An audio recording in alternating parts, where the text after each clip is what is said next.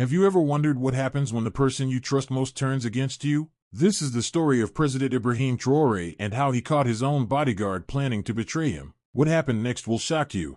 It was a normal morning at the presidential palace. The sun was shining. The guards stood at their posts. President Ibrahim Traoré was in his office, reading reports. His bodyguard, Captain Musa, was always close. Musa was quiet, strong, and always watching. Everyone trusted him. No one thought he could ever do anything wrong.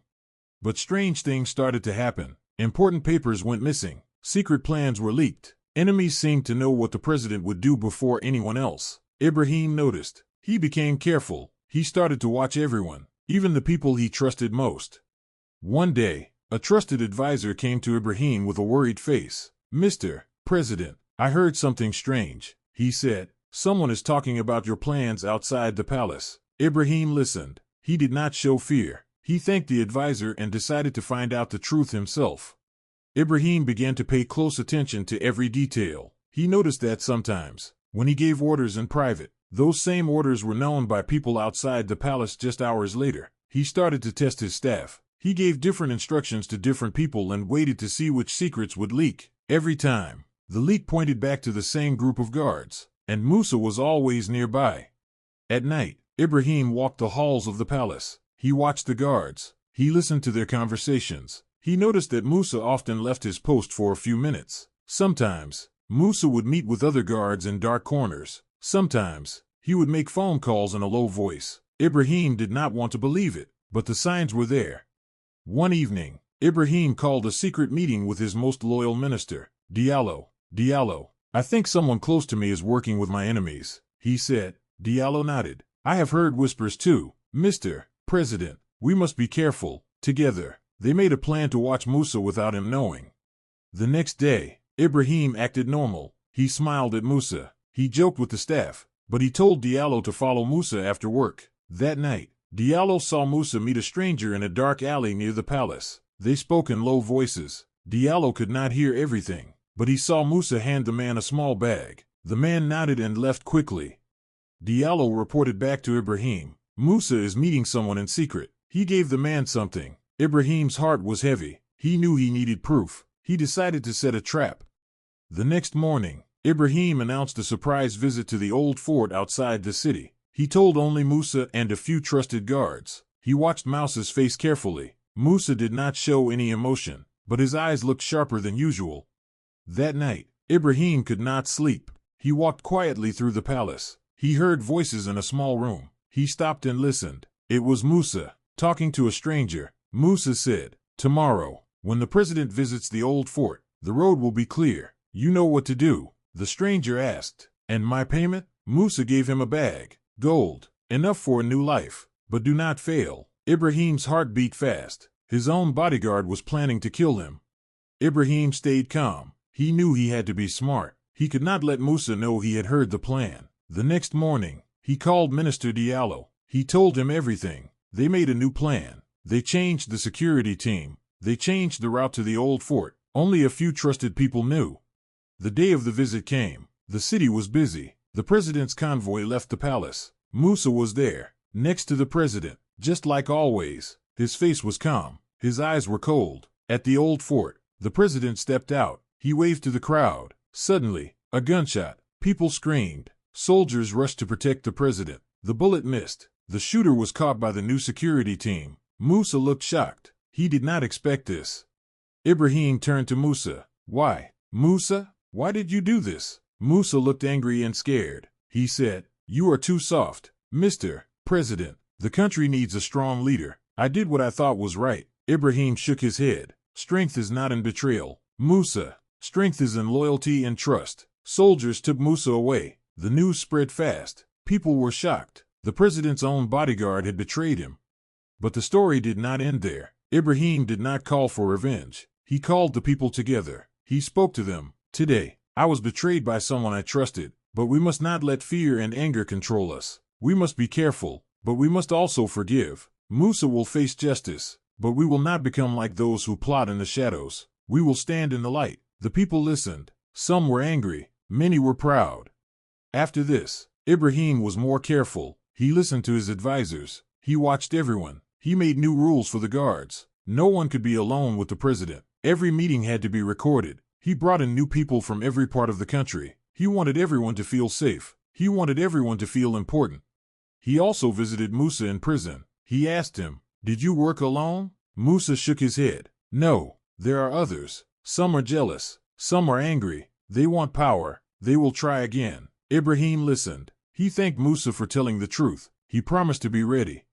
Ibrahim sent trusted men to every corner of the country. They listened to the people. They watched for trouble. They reported back to the president. Ibrahim learned about secret meetings in the north. He learned about angry soldiers in the east. He learned about greedy businessmen in the city. He acted fast. He sent messages of peace. He sent help to the poor. He punished those who broke the law. One day, a young soldier came to the palace. He said, "Mr. President, I have something to tell you. I heard men talking about another plan. They want to hurt you." Ibrahim thanked the soldier. He gave him a medal for bravery. He said, "You are the future of this country. We need more people like you." Ibrahim also talked to the people. He went to schools. He went to markets. He listened to mothers and fathers. He listened to children. He said, "We must be strong. We must be honest. We must help each other." The people loved him even more. But the enemies did not stop. One night, a fire started in the palace kitchen. The guards acted fast. They put out the fire. They found a small bottle of oil and a match. Someone had tried to burn the palace. Ibrahim was not afraid. He called the guards together. He said, "We will not be scared. We will not run. We will stand together." The next day, Ibrahim visited the market. He bought bread from an old woman. He talked to a young boy selling oranges. He asked, "Are you happy?" The boy said, "Yes, Mr. President, but my father has no job." Ibrahim promised to help. He gave the boy a coin. He said, "Tell your father to come to the palace. We will find work for him." Ibrahim worked day and night. He read every report. He answered every letter. He met with every minister. He made sure everyone was doing their job. He did not sleep much, but he did not complain. He said, "This is my duty. I must protect my people." One evening, Ibrahim sat alone in his office. He looked at a photo of his family. He remembered his mother's words. He thought about Musa. He thought about trust. He thought about betrayal. He knew he could never let his guard down, but he also knew he could not live in fear.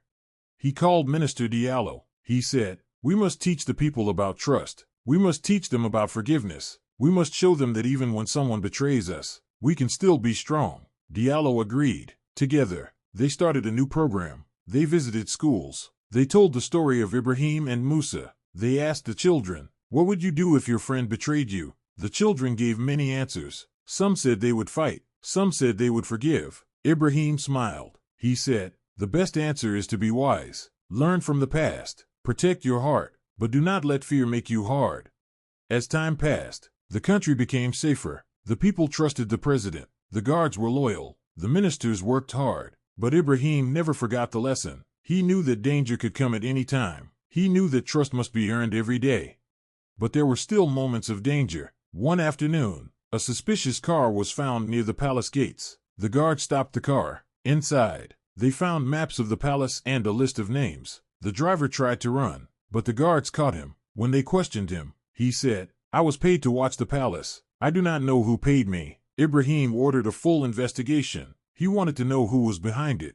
The investigation took weeks. The guards worked day and night. They followed every clue. They found out that some people in the city were meeting in secret. They were planning to take power. Ibrahim called his advisors. He said, "We must act now. We must protect the people." The police arrested the leaders of the group. The city was safe again. Ibrahim knew he could not relax. He checked the palace security every day. He talked to the guards. He asked them about their families. He wanted them to feel respected. He wanted them to be loyal. He said, "If you ever feel afraid, come to me. If you ever hear something strange, tell me." The guards trusted him. They worked hard to keep him safe. One day, a letter arrived at the palace. It was from a woman in a small village. She wrote, "Mr. President, thank you for keeping us safe. We heard about the danger. We pray for you every day." Ibrahim smiled. He wrote back, "Thank you for your prayers. I will always do my best for you and your family." Ibrahim also made time for his own family. He ate dinner with them every night. He listened to his children's stories. He told them, "Always be honest. Always be brave. Never betray a friend." His children listened. They were proud of their father. As the months passed, the country grew stronger. The people worked together. They helped each other. They trusted their president. But Ibrahim always remembered the day his own bodyguard betrayed him. He knew that trust is precious. He knew that even the strongest leader must be careful.